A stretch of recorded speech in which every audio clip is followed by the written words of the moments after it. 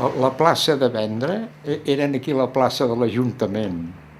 Me'n recordo que la meva mare, mentre estava cuinant, deia «Ostres, em falten unes cebes». Vaig jo mateix a triar-los, Sortíem de Vental i anava a la plaça de la Vila i allà agafava el que li convenia al mateix temps, i al cap d'un rato ja tornava a ser aquí.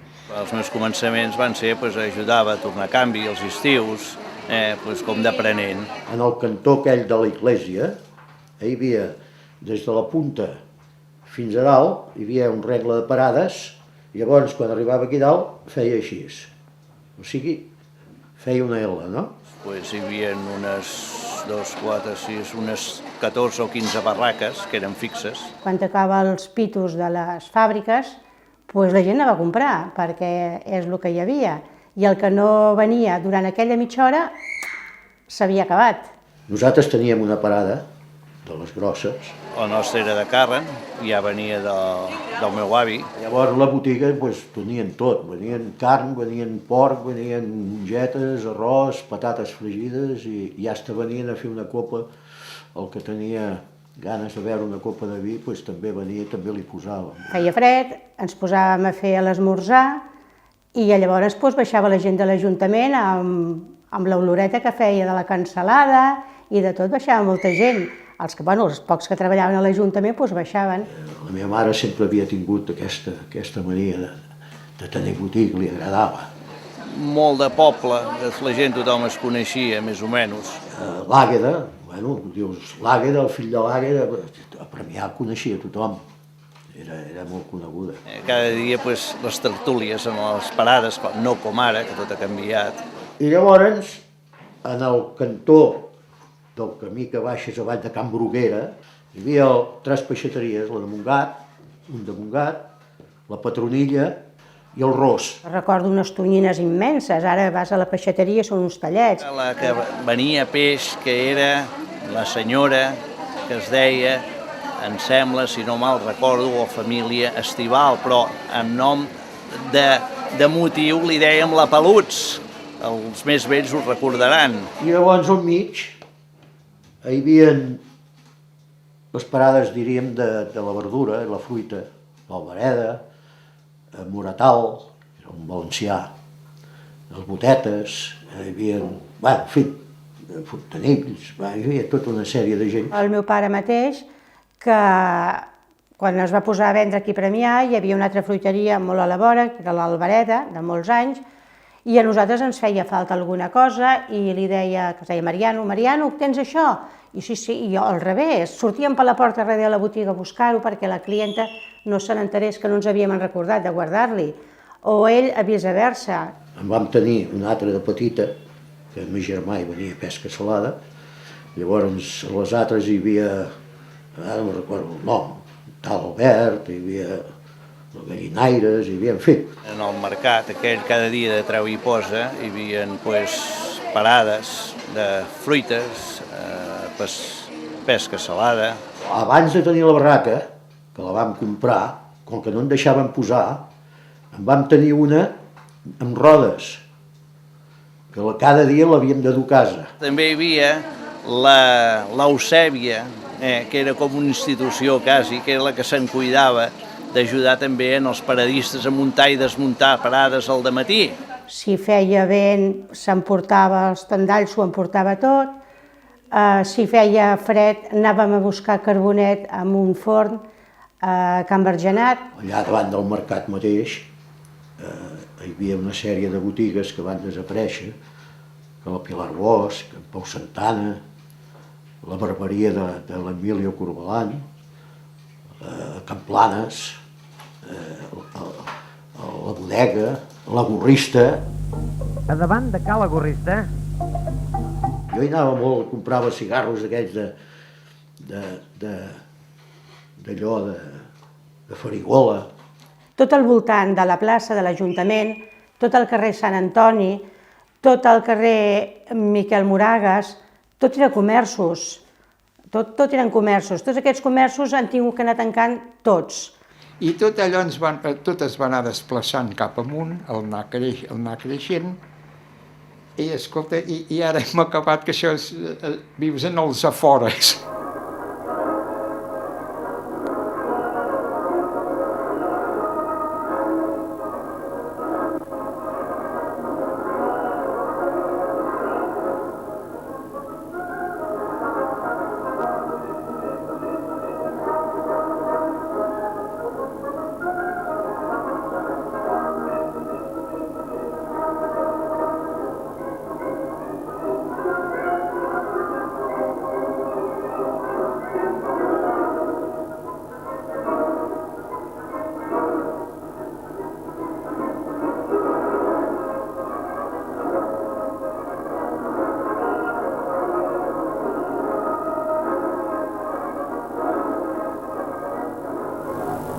Així es fan les coses.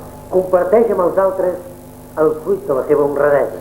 Recordo molt la font que hi havia al mig de la plaça. Que la va fabricar l'empresa Roure, o sigui, les foneries Roure, i al mig hi havia, a dalt de tot, del mig de la font sortia un fanal de gas que il·luminava la plaça i tenia 4 aixetes que servien per la gent de la plaça per rentar el que fos. Semblava que quasi tothom hi tingués que anar a veure d'aigua d'aquella font. Amb aquesta font es va inaugurar les aigües de Premià de Dosrius que van treure les epidèmies del poble. Que per cert l'aigua era molt, molt, molt desagradable. El dipòsit de l'aigua es va fer, és el primer dipòsit que hi ha al camí del mig, carretera Premià de Dalt. Allò és el dipòsit de l'any 28. El meu avi era ja un muntador de fàbriques textils. Era un home molt de temps. Tinc una foto d'ell de l'any 15, acabava d'inventar les motos i anava amb moto. Hi va haver una epidèmia de tifus molt gran a Premià. Va agafar un tifus i es va morir l'any 23. L'Ajuntament de l'època, amb l'alcalde Miquel Moragues, molt de dretes, molt dur, va empresonar en Rosselló i degut a això es va morir en Rosselló. Aquest alcalde el van assassinar durant la Guerra Civil, va ser un dels assassinats. Això és a més. Va aconseguir una concessió de l'aigua de Dosrius a Premià, que és l'aigua que alimentava Barcelona en aquella època. La de Dosrius anava en comptador, la de Masriera anava amb bafoil, anava forada, segons mitja pluma, un quart de pluma. La pluma és el pas que permet d'aigua al Canut una pluma de gallina, en aquesta zona. A Mataró, com que són més capgrossos, era d'ànec, o sigui que la pluma era més grossa. És algun turista que hi podia haver així despistat, si venia cap a Premià i es passejava una mica per allà pel mercat, també els hi feia gràcia anar a veure l'aigua d'aquesta de la font. El Pompili Pujol, jo recordo encara, que deia gasosa fabricada amb aigua de Dosrius. Precisament sortien 4 aixetes, però amb una gusa cloro que era ganes de voler-ne veure. Algú alguna vegada m'ha protestat perquè he parlat d'això. Jo tinc els anàlisis de l'aigua de Masriera i surt contaminada. Semblava com més típic. Aquesta font, quan es va fer la reforma de la plaça, sembla que va ser els anys 72, si me'n recordo, va quedar amb el carrer, aquella època a Sevilla, ara Marina, amb el manyà que hi havia allà, en un costat.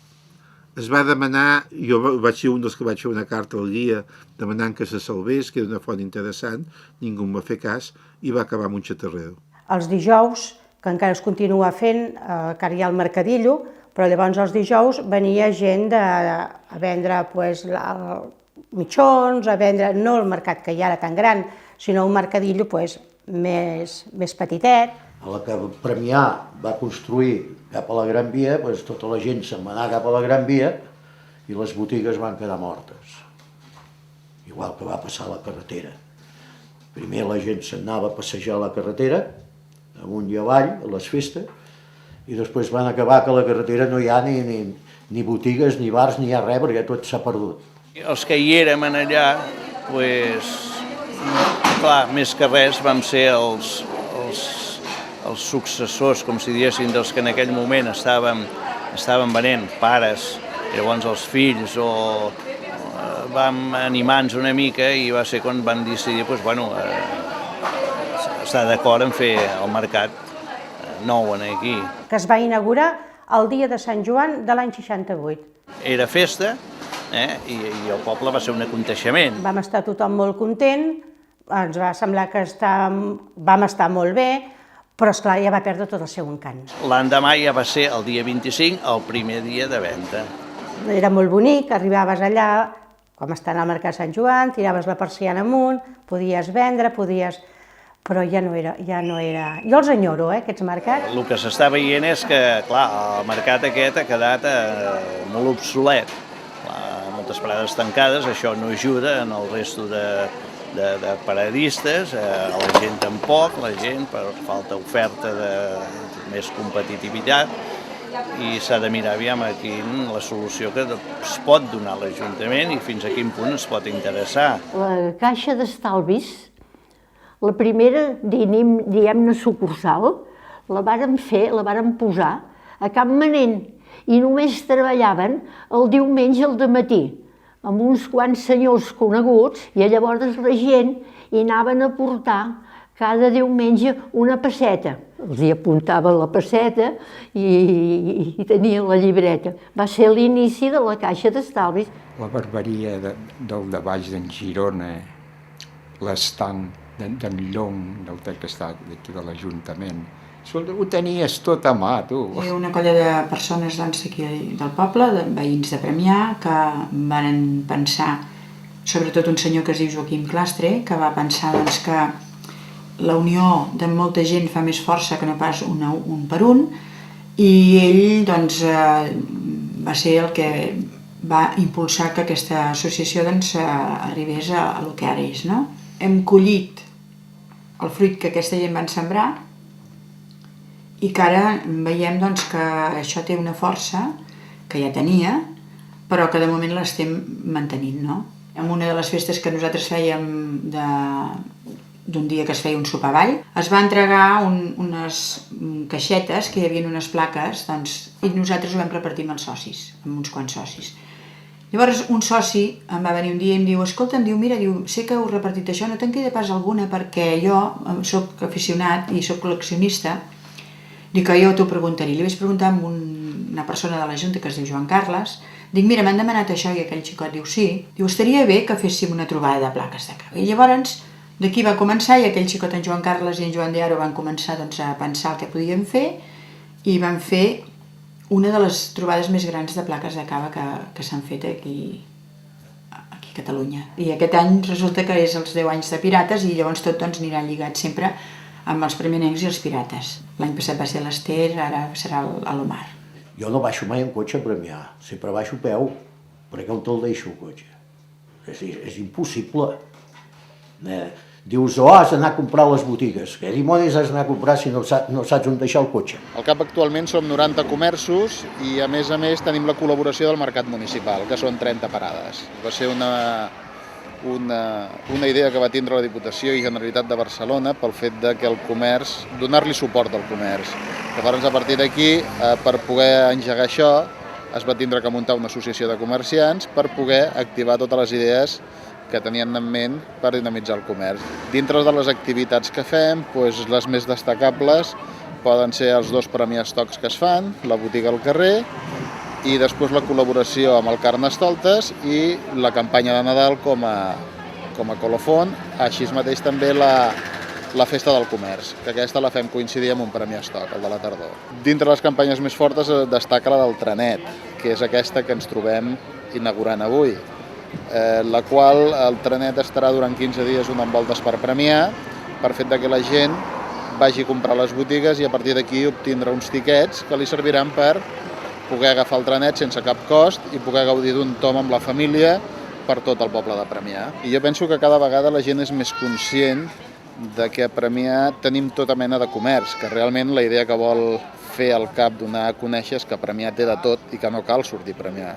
Llavors hi ha molta gent que no coneixia molts tipus de comerços que existeixen a Premià i a resulta de les campanyes que es fan mensuals del comprar premi, tots regals que podem fer puntuals, la gent passeja per Premià, amb la qual està descobrint comerços que inclús no sabien ni que existien i que a nivell de qualitat, preu i servei ho troben tot, al igual que ho poden trobar a Barcelona o a les grans àrees.